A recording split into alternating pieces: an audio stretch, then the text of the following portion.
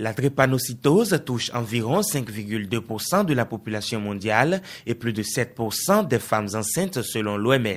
Cela constitue un enjeu important pour les décideurs, les organismes et les chercheurs. Des initiatives de coopération naissent ainsi entre institutions de prise en charge, de recherche et de formation afin de faire face résolument à ce fléau. La plus récente est un accord cadre de partenariat entre l'Université d'Abomey-Calavi, UAC, le Centre de prise en charge médicale intégré du nourrisson et de la femme enceinte atteinte de drépanocytose, CPMI-MFED de Cotonou et l'École pratique des hautes études PSL de Paris. Cette visite, en fait, a lieu dans le cadre d'un partenariat que nous venons de signer avec le CPMI et le professeur Raimi, dans lequel nous allons développer un master commun pour la formation d'étudiants sur la drépanocytose.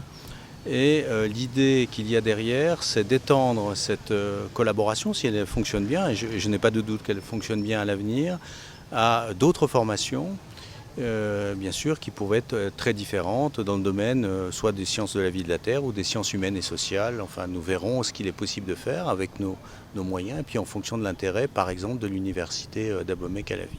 Il s'agit, à travers cet accord tripartite, d'une mutualisation de ressources basée essentiellement sur la formation des étudiants et de professionnels de la santé pour l'obtention d'un diplôme transversal dans la spécialité drépanocytose. C'est l'occasion de mutualisation de ressources, puisque l'Université d'Abomey-Calavi pourra aisément bénéficier des enseignements qui seront donnés au CPMI. Et comme je l'ai dit tantôt, la faculté des sciences et techniques était déjà très intéressée à cette mutualisation de ressources humaines. Donc ça, c'est le premier bénéfice que l'Université d'Abomey-Calavi peut en tirer.